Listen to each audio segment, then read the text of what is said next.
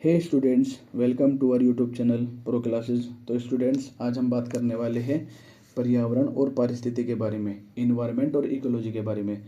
तो स्टूडेंट्स, जैसा कि हमने अपनी पुरानी वीडियोस में आप लोगों को बताया था कि हम अपने इस चैनल पर PYQ की 2 सीरीज चलाने वाले हैं, जिसमें हम UPPCS के 10 साल के GS के क्वेश्चन पेपर सॉल्व कराएंगे और साथ ही साथ CSET के 5 साल के क्वेश्चन पेपर सॉल्व कराएंगे। और ये क्वेश्चन पेपर हम विद इन अ मंथ करा देंगे और बहुत अच्छे से डिटेल में हम आपको यहाँ पे questions chapter wise subject wise हम यहाँ पे आपको सॉल्व करा देंगे। तो स्टूडेंट्स, चलिए शुरू करते हैं। आज हमने जो अपना पहला सब्जेक्ट उठाया है, ये हमारा पर्यावरण और पारिस्थितिकी है, जिसका हम मैक्सिमम 5 और 6 वीडियोज़ में पूरा का पूरा जो 10 साल के PYQ हो गए वे हम आपको प्रोवाइड करा देंगे। तो चलिए स्टूडेंट, शुरू करते हैं। यहाँ पे हमारा पहला क्वेश्चन है जो 2023 में आया हुआ था, संसाधनों के उपयोग और उन्हें भविष्य के लिए संरक्षित करने की आवश्यकता को संतुलित करने को हम क्या कहते हैं। तो जो हमारे संसाधन हैं, जिनको हम आज भी इस्तेमाल कर रहे हैं, वर्तमान समय में भी हम इस्तेमाल कर रहे हैं और आगे के लिए भी हम इनको इस्तेमाल करना चाहते हैं, जो हमारी फ्यूचर जनरेशन होगी, हम इनको भी इन संसाधनों का उपयोग कराना चाहते हैं। तो ऐसे विकास को हमने, या जिस विकास में हम पर्यावरण का भी ख्याल रखें, ऐसे विकास को हमने क्या नाम दिया है? ऐसे विकास को हमने नाम दिया है सतत विकास, सस्टेनेबल डेवलपमेंट, जो कि हमने अपना 1972 में इसमें 17 गोल SDG 17 गोल इंट्रोड्यूस किए थे। और स्टूडेंट्स, ये SDG गोल्स हमारे बहुत इंपॉर्टेंट हैं। आपको हर साल UPPCS का ये फेवरेट टॉपिक है, इसमें आपको हर साल मिनिमम 2 क्वेश्चंस मिल जाते हैं। अभी देखिए, SDG गोल से ही थोड़ा घुमा फिरा के लगभग 3 क्वेश्चन आए हुए हैं, जिसमें मैं आपको अभी आगे दिखाऊंगा। और स्टूडेंट्स, इन्वायरमेंट इकोलॉजी हमारा बहुत छोटा सा और बहुत अच्छा नंबर गेमिंग सब्जेक्ट है। अगर आप सभी को ये सब्जेक्ट हमसे पढ़ना हो तो प्लीज़ वीडियो के नीचे जाके कमेंट कर दीजिए, बता दीजिए, हम ये सब्जेक्ट शुरू कर देंगे। तो चलिए हम अपने नेक्स्ट क्वेश्चन पर आते हैं। लोटिक पारिस्थितिकी तंत्र का उदाहरण है।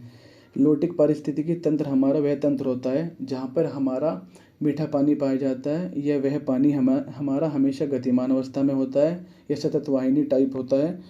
तो ये हमारा होता है, इसका आंसर हो जाएगा आंसर नंबर B, नदियाँ। ये थोड़ा सा हमने से ऊपर नीचे हो गया। और इसी के साथ साथ एक और होता है लैंटिक पारिस्थितिकी तंत्र, जिसमें हमारे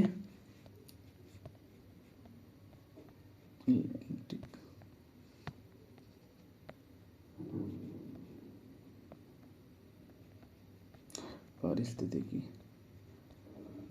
तंत्र, यह स्टूडेंट्स वे तंत्र होता है जिसमें स्थिर जल रहता है, या कोई क्लोज बॉडी जैसे कि हमारी झील या कोई तालाब, जो हमारा एक स्थिर अवस्था में होता है। तो ये क्वेश्चंस यहाँ से भी अब आयोग पूछता है, इनको एक बार देख लीजिएगा। समुद्री शैवाल महत्वपूर्ण सोर्सेज हैं। समुद्री शैवाल जो है हमारी, वे किसके महत्वपूर्ण सोर्स है? तो ये हमारे आयोडीन के महत्वपूर्ण सोर्स है।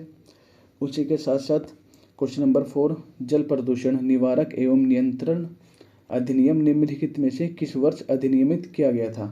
तो स्टूडेंट्स, ये हमारे 4 नियम हैं, जो कि आपको इन्हें याद करने चाहिए। आयोग इनसे हर बार एक क्वेश्चन जरूर पूछता है। जो हमारा जल प्रदूषण नियम है, ये हमारा 1974 में आया था। और मैंने जो बाकी के 3 नियम हैं उनको भी मैंने यहाँ पे नीचे नोट डाउन कर दिया गया है। कीटनाशक अधिनियम, इंसेक्टिसाइड एक्ट, ये हमारा 1968 में आया था। वायु अधिनियम, स्टूडेंट्स मैंने थोड़ा ब्रीफ में इसलिए करके लिखा है कि हमें बस याद से मतलब है कि एग्जाम में हमारा क्वेश्चन होना चाहिए। बाकी मैं पूरा भी लिख देता, लेकिन मैंने इसको जानबूझकर ऐसे लिखा है। वायु अधिनियम हमारा 1981 में आया था। पर्यावरण अधिनियम हमारा 1986 में आया था। आयोग लगातार 2 साल से इस पर क्वेश्चन पूछ रहा है, थोड़ा घुमा फिरा के पूछ लेता है। राष्ट्रीय उद्यानों में आनुवंशिक विविधता प्रतिबंधित की जाती है। देखिए स्टूडेंट्स, ये हमारा एक बहुत छोटा सा और बहुत इंपॉर्टेंट टॉपिक है। जब कोई हमारा पेड़ पौधे या कोई भी ऐसी चीज़ जो एक बेकार अवस्था में हो जाती है, या किसी ऐसी स्टेज पे चली जाती है जहाँ पे उसको प्रोटेक्ट कर पाना बहुत ज़रूरी है। तो अगर हम उसको उसके नेचुरल आवास में ही उसको संरक्षित करते हैं, उसको प्रोटेक्शन देते हैं, तो हमारा वे कहलाता है स्वस्थानीय संरक्षण या इन सीटू। और जिसको हम किसी कारणवश उसके नेचुरल स्थान में नहीं रख पाते, उसको हम उस किसी दूसरे स्थान पर ले जाकर प्रोटेक्शन देते हैं, उसको हम बोलते हैं एक्स सीटू। ये दोनों चीज़ें ध्यान रखने का। यहाँ पे हमारा आंसर हो जाता है आंसर नंबर बी, स्वस्थानीय संरक्षण। देखिए, जो हमारे एक्स सीटू होते हैं उसमें आ जाते हैं हमारे वनस्पति उद्यान, चिड़ियाघर, बीज बैंक, कैप्टिव प्रजनन केंद्र, जीन बैंक। निम्नलिखित में से कौन सा बायोडिग्रेडेबल पोल्यूटेंट नहीं है? तो इनमें से हमारा कौन सा ऐसा पोल्यूटेंट है जो हमारा बायोडिग्रेडेबल नहीं है या आसानी से हम उसको पोल्यूटेंट नहीं कर पाते? तो इसमें हमारा आंसर नंबर डी हो जाएगा। बाकी तीनों हम आसानी से हमारे पर्यावरण में डिग्रेडेबल हो जाते हैं। देखिए स्टूडेंट्स, अभी मैंने आप लोगों को ऊपर बताया था कि हमारा एसडीजी गोल्स कितने इम्पोर्टेंट है। देखिए 2023 में पहला क्वेश्चन हमें वहाँ से मिला था और दूसरा क्वेश्चन हमें इसी में मिल गया। तो ये हमारा क्वेश्चन है कि सूची 1 को सूची 2 से मिलाइए। चलिए इसमें मिलान करते हैं। यहाँ पे हमारा जो एसडीजी गोल्स है, एसडीजी गोल्स हमारा जैसे कि हमारा आर्टिकल 50 है पॉलिटी में कि वो हमारा कार्यपालिका और न्यायपालिका को अलग अलग करता है। उसी के आधार पर मैंने 10-10 थोड़ा सा इस तरह से याद कर लिया गया है। आप भी इसको कर सकते हैं या आपको जैसा अच्छा लगा वैसे कर सकते हैं। तो हमारा ए का हो जाएगा 3, जिससे हमारा ये गया। अब स्टूडेंट्स हमारा बी का हो जाएगा हमारा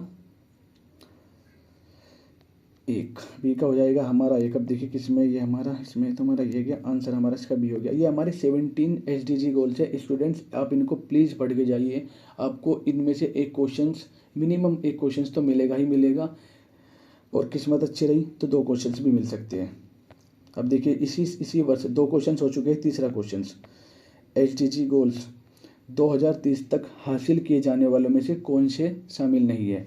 तो जो हमने अपने एसडीजी गोल्स है जिनका हमने टारगेट रखा है, 17 एसडीजी गोल्स है जिनका हमने टारगेट रखा था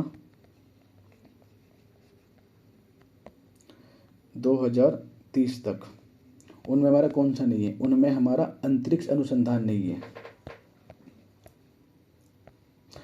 देखिए स्टूडेंट्स, मैंने आप लोगों की आसानी के लिए 17 एसडीजी गोल्स नीचे लगा दिए गए हैं, जिनको हम अपनी कोई भी ट्रिक बनाकर याद कर सकते हैं। जैसे हमारा यहाँ पे ये एसडीजी 1 है, 0 गरीबी, 0 भूख, अच्छा स्वास्थ्य और कल्याण, गुणवत्ता एजुकेशन, लैंगिक समानता, स्वच्छ जल और स्वच्छता, किफ़ायती और स्वच्छ ऊर्जा, बेहतर कार्य और आर्थिकी की विकास, उद्योग, नवाचार, बुनियादी ढांचा, असमानताओं में कमी, सतत शहर और समुदाय, उत्तरदायी उपभोग और उत्पादन, जलवायु कार्रवाई, अधो जल जीवन, भूमि पर जीवन, शांति, न्याय और सशक्त संस्थाएं, लक्ष्यों के लिए सभी देशों की साझेदारी। क्वेश्चन नंबर 9 पर हम यहाँ पे बात करते हैं। रियो शिखर सम्मेलन 1992 का एजेंडा किससे संबंधित है? यहाँ पे ये एजेंडा 21 का मतलब है 21वीं सदी।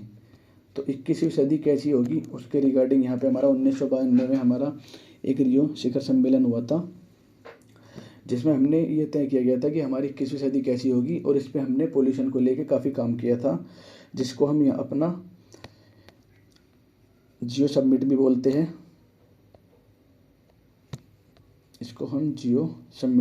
हैं। तो स्टूडेंट यहाँ पे हमारा आंसर हो जाएगा आंसर नंबर बी,